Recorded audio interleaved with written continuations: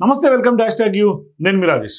ఆంధ్రప్రదేశ్లో రాజకీయం కొంత వైరుధ్యంగా కనిపిస్తోంది. మరోవైపు వల్లభనేని వంశీ ఇప్పటికీ అరెస్ట్ అయినటువంటి నేపథ్యంలో ఆయన బెయిల్కి అనర్హుడు అనే ఒక అంశం తెర మీదకి వస్తుంది. ఇట్లాంటి సందర్భాల్లో కస్టడీ పొడిగిస్తున్నటువంటి సందర్భంలో మరోవైపు జగన్మోహన్ రెడ్డి అసెంబ్లీకి అడ్రస్ గల్లంతైనటువంటి నేపథ్యం మనం చూస్తున్నాం. మరోవైపు ఆయన రాకపోగా కల్చరల్ ఈవెంట్లో అందరూ కూడా అన్ని పార్టీలు పార్టిసిపేట్ చేసినటువంటి నేపథ్యంలో జగన్మోహన్ రెడ్డి అసెంబ్లీకి కానీ లేకుంటే అసెంబ్లీకి సంబంధించినటువంటి ఈవెంట్స్ ఎక్కడ క్రికెట్కి కానీ లేదంటే కనుక కల్చరల్ ఈవెంట్స్కి కానీ పార్టిసిపేట్ చేయకపోగా మీరు మా గురించి ఎందుకు ఆలోచిస్తారు, మీరు చూసుకోవడం కూడా వైసీపీ సోషల్ మీడియా టీం కూడా కొంత ఆ దిశగానే ఇవాళ ట్రోల్స్ చేస్తున్నటువంటి పరిస్థితి. మొత్తం మీద ఆంధ్రప్రదేశ్లో ఏం జరుగుతుందో మాట్లాడదాం. మనతో పాటు కామన్ ఓటర్ జాయిన్ అవుతున్నారు, డిస్కస్ చేద్దాం. నమస్తే madam.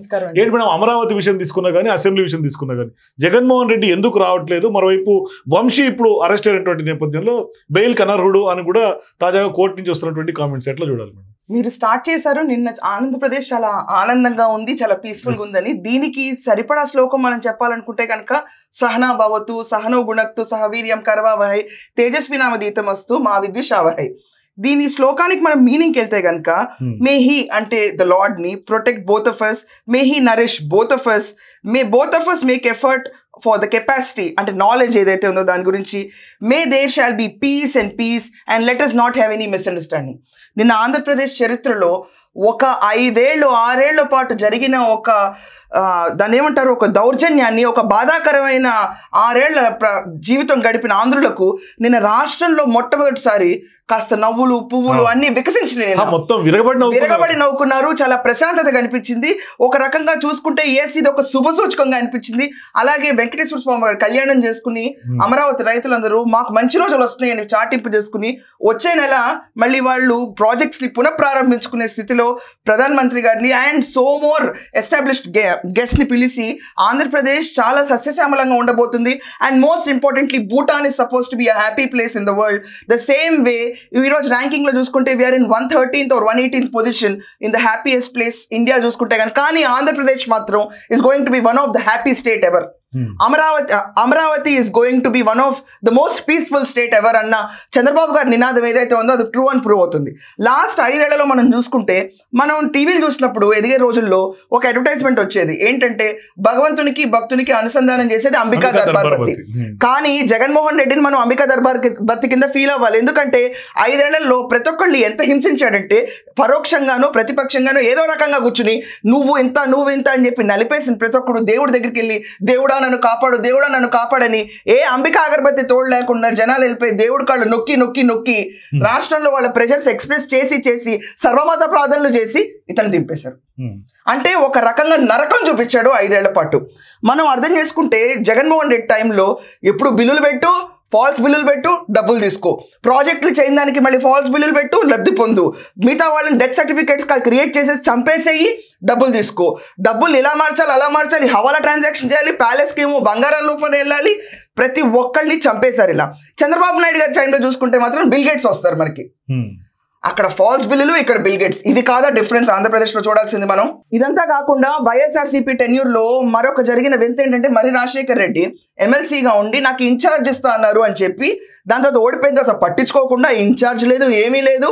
And present MLC YSRCP tenure ఆయనేమో బాబు నేను పోతున్నాను ఇక్కడి నుంచి, ఈ పార్టీతో నాకేం అవసరం లేదు, చంద్రబాబు నాయుడు గారితో ఆల్రెడీ మాట్లాడాను, టీడీపీకి వెళ్ళిపోతున్నాను నేనని చెప్పి. అండ్ ఇదంతా వెళ్తున్నప్పుడు ఎవరు ఆపని కూడా ఆపట్లేదంటది. అది విచిత్రం ఇతని పరిస్థితిలో.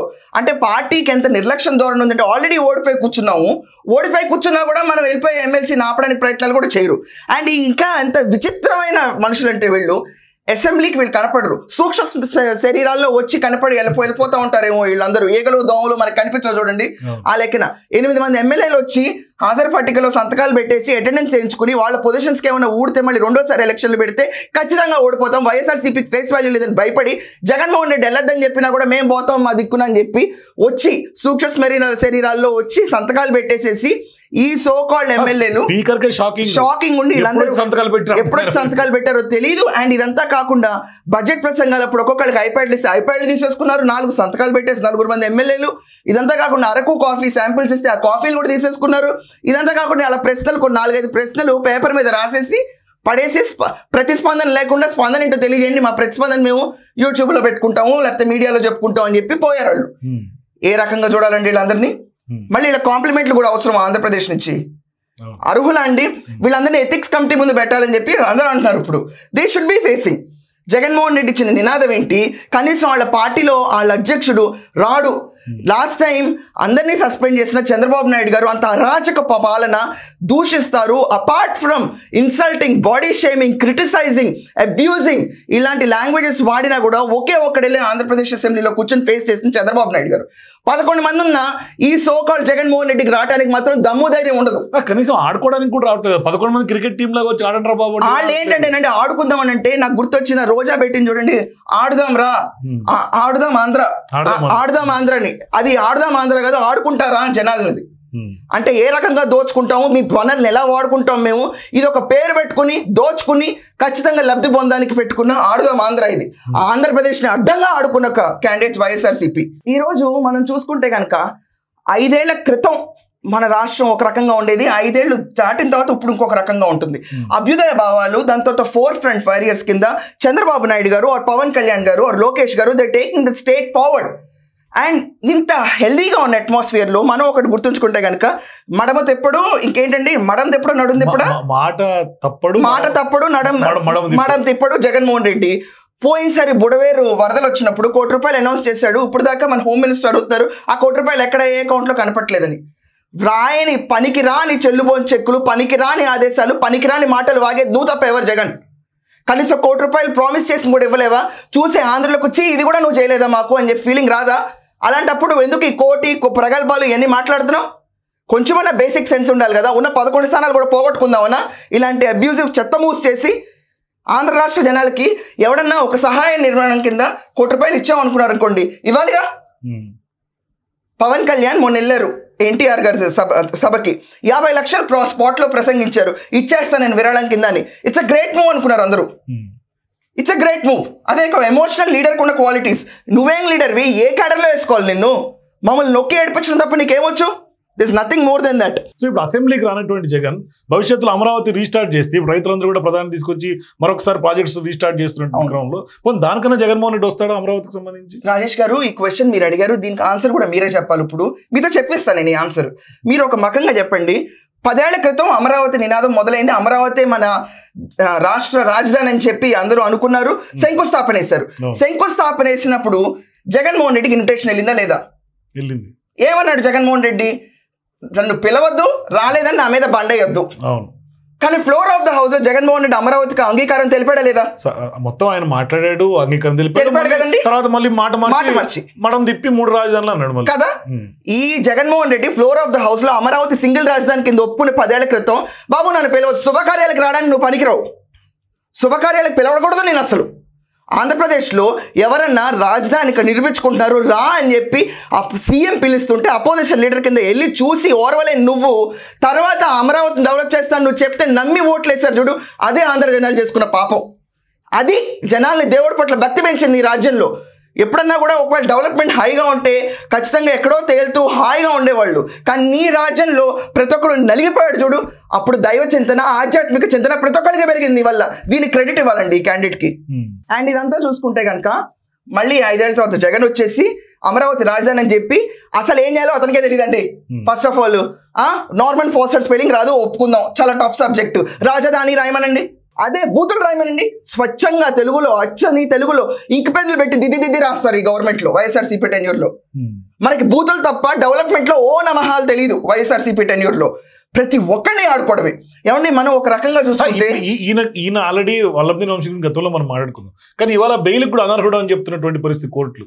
బెయిల్ అనర్హుడు అని లేదండి, విచారిస్తాం దీన్ని, మళ్ళీ తర్వాత పక్కన పడేశారు. ఒకవేళ బెయిల్ వచ్చినా కూడా వీళ్ళ ఎక్స్ అడ్వకేట్ జనరల్ చెప్పినట్టు గద్దలు వెయిట్ చేస్తుంటే ఈ గద్దను మళ్ళీ అక్కడి నుంచి తీసుకెళ్లిపోయినట్టు ఆల్రెడీ గన్నవరంలో కొత్త కేసు పెట్టారు, దానికి మళ్ళీ రిమైండ్ లో వేసేయమని చెప్పేశారు. బయటకు రానండి పెద్దగా.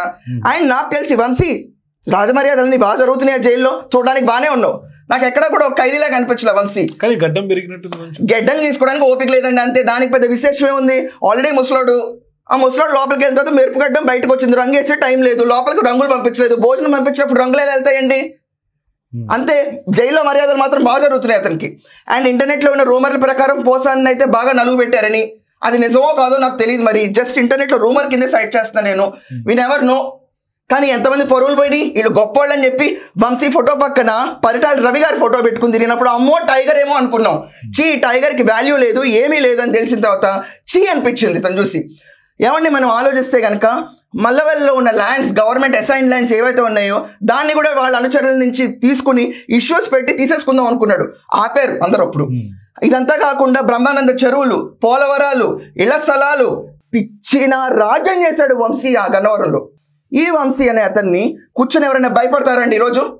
మళ్ళీ నువ్వు రావు అని అందరికీ తెలుసు. అండ్ వంశీ, నువ్వు ఫస్ట్ ఆపాల్సిన విషయం ఏంటంటే సీనియర్ ఎన్టీఆర్ గారి పేరు తీసుకోవడం నువ్వు ఆపాలి నీ నోట్లో వచ్చి.